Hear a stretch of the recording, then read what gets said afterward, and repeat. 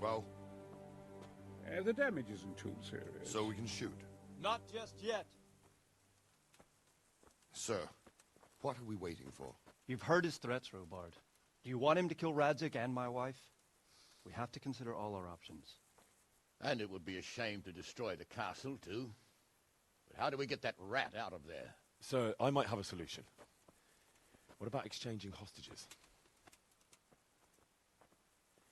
He was the captain at Vranyik, and he brought Istvan's reinforcements here. He seems to be on very, intimate terms with Toth. He might be able to tell us something. And he might even be as valuable to his lord as Lady Stephanie and my father are to us. You're your father's son, by God. You're a godsend, lad. You're right.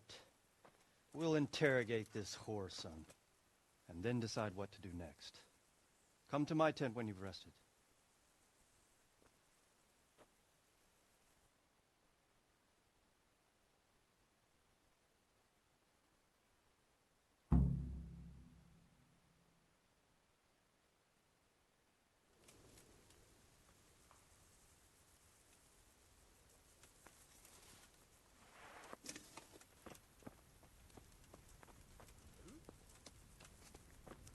Start talking, or make your... Well, what's troubling you? Worst. I won't betray my lord. Been a pleasure.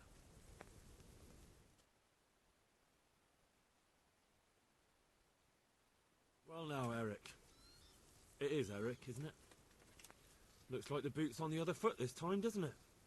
Fuck you. You need to change your tone.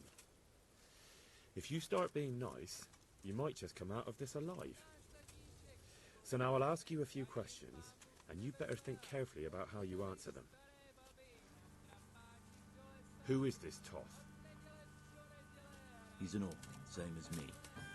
The Turks killed his parents, so he started killing Turks. Sigismund needed men like that, so Istvan ended up in his service. How did you meet him? What's that got to do with anything? What is he after? Are you really that clueless? To destroy Wenceslas's allies. You! Who does he take his orders from? Are you stupid? He works for Sigismund. How many men does he have in the castle? How should I know? There were nearly 70 of us at the beginning, but there's probably not even half left. But that's still more than there ever were in that castle. More than enough to defend it. Listen to me. Toth has hostages in the castle, and we have you. So, how about an exchange? Do you take him for a fool? Do you really think he'd give up the only thing he has that stops you from attacking? He'll never accept an exchange. You better pray he will, for your own sake. Because once we attack, you'll be worthless to us. And what do you suppose will happen to a worthless bandit? I won't waste any more time on you. You could have saved yourself, but apparently you value your master's skin more than your own. I don't need to save myself.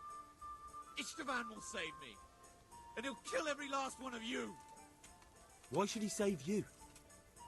He'll sacrifice you, just like everyone in Vranyik and Pribyslavitz. You're nothing but a common bandit. You don't know anything. He'll come for me, and anyone who lays a finger on me will pay dearly. Now I'm curious.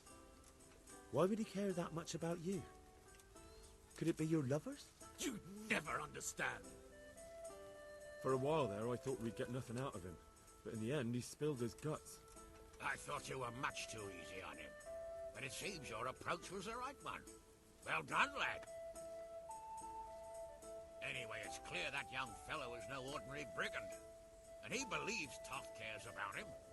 We'll just have to see if the bastard cares as much about him as Divish does about his wife and you about your father.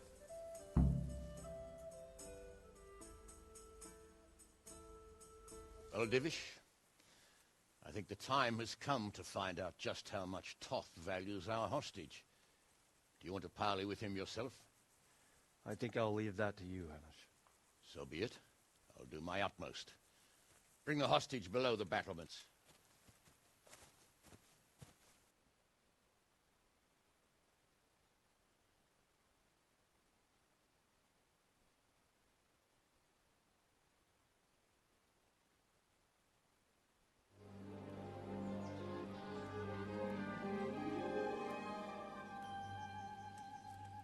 Sir Istvan!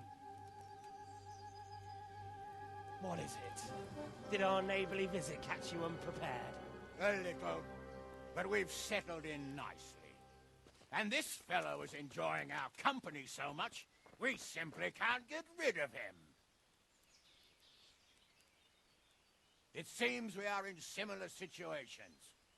Perhaps it's time to send our respective guests home. Not a chance. Do you take me for a fucking fool? Be warned. If anything happens to Eric, I'll let every manjack here have his way with this bitch, and I'll dice Kobila into goulash meat. Nobly spoken, your grace. And for all I know, you may have done that already. Divish, I'm sorry.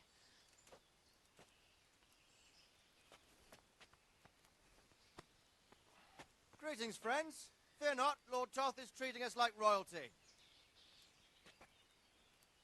They're unharmed, as you can see. But don't try any tricks, or they won't be for long, Hanush.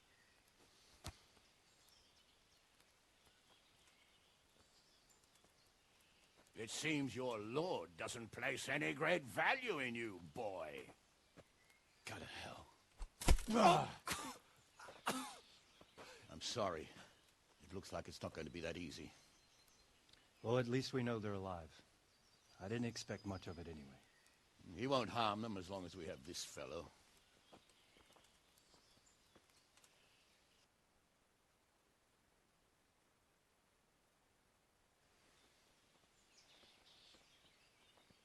Well, friends, what do you suggest? I'd say we have no choice but to attack. It's a great risk, Robard, with Stephanie and Radzig inside. I know how you feel, sir, but Toth is no fool.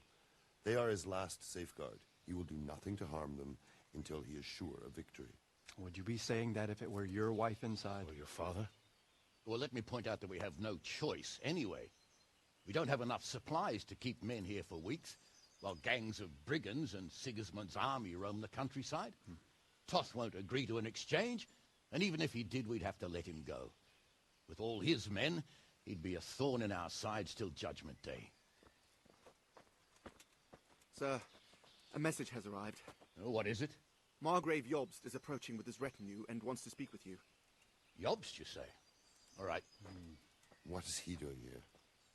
Who's Jobst? Jobst of Luxembourg is cousin to King Wenceslaus and Sigismund. He's the Margrave of Moravia. Only a year ago, he was collaborating with Sigismund and the League of Lords. He betrayed King Wenceslas and his ally Prokop. Now, he's changed sides, appointed himself the leader of the rebellion against Sigismund, and wants to liberate Wenceslas.